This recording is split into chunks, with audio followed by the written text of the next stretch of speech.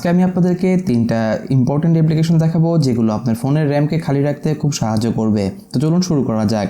First of all আপনারা play স্টোরে চলে আসবেন। আসার পর এখান থেকে আপনারা ডলফিন জিরো ইগনোরিটো মোড এই অ্যাপ্লিকেশনটাকে সার্চ করে নেবেন এবং ইনস্টল করে ফেলবেন। এটা জাস্ট 200 কেবির আশেপাশে সাইজ, আপনি ইনস্টল করতে পারেন অন্যান্য ব্রাউজার থেকে খুবই ভালো। সো ওপেন করার পর দেখতে পাচ্ছেন সিম্পল একটা ইন্টারফেস।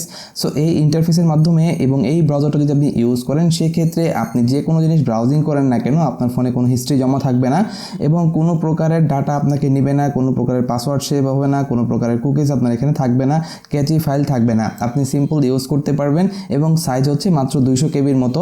সো আপনি চাইলে এই জিনিসটা ইউজ করতে পারেন, আদার্স ব্রাউজারের থেকে এটা খুবই ভালো হবে। সো নেক্সট যে অ্যাপ্লিকেশনটা রয়েছে সেটা হচ্ছে স্লিম সোশ্যাল। সো এটা আপনাকে সিম্পল ইনস্টল করে ফেলতে হবে। এটা মাত্র 5 MBর আশেপাশে সাইজ। আপনি যদি ফেসবুক ইউজ করে থাকেন, ফেসবুক তো সকলেই ইউজ করে, সো ভালো করে জানবেন যে ফেসবুকের যে অ্যাপ্লিকেশনটা রয়েছে সেটা কিন্তু খুব হাই রেঞ্জের এবং আপনার পর্যাপ্ত পরিমাণে একটা মেমোরি কিন্তু খেয়ে রাখে। সেক্ষেত্রে আপনি এই অ্যাপ্লিকেশনটা ইউজ করতে পারেন, খুবই ছোট একটা সাইজের। বিশেষ করে ফেসবুক লাইটের চেয়েও এটা ভালো। আপনি হয়তো বা লাইট ইউজ করতে পারেন, কিন্তু লাইটের থেকেও ভালো। আপনি চাইলে এটাকে ফেসবুকের জন্য স্পেশালি ইউজ করতে পারেন, আপনার অনেক পরিমাণে র্যাম বেঁচে যাবে এটার মাধ্যমে। সো নাম্বার 3 যে অ্যাপ্লিকেশনটা রয়েছে সেটা হচ্ছে ইমেজ কম্প্রেসর লাইট। সিম্পল এটাকে আপনারা ইনস্টল করে ফেলবেন আপনার ফোনের মধ্যে। এটা জাস্ট কয়েক কেবির মতো সাইজ হবে বা 1 MBর মতো সাইজ হতে পারে।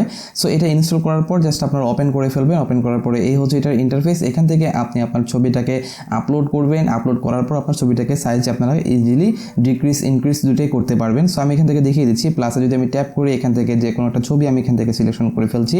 সো সিলেকশন হওয়ার পর এখান থেকে দেখতে পাচ্ছেন অপশন চলে আসছে। আপনি এখান থেকে ইন্টার দ্য সাইজ লেখা রয়েছে।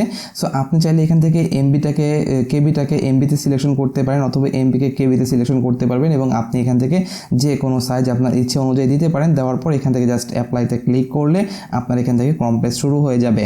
সো কম্প্রেস করে আপনি এই জিনিসটাকে আবার ভালো জিনিস হচ্ছে যে এটা থেকে আপনার কোনো প্রকারের ছবির যে কোয়ালিটি চেঞ্জ হয় সেটা হয় না। এটা খুবই ভালো একটা জিনিস, চাইলে আপনি ইউজ করতে পারেন।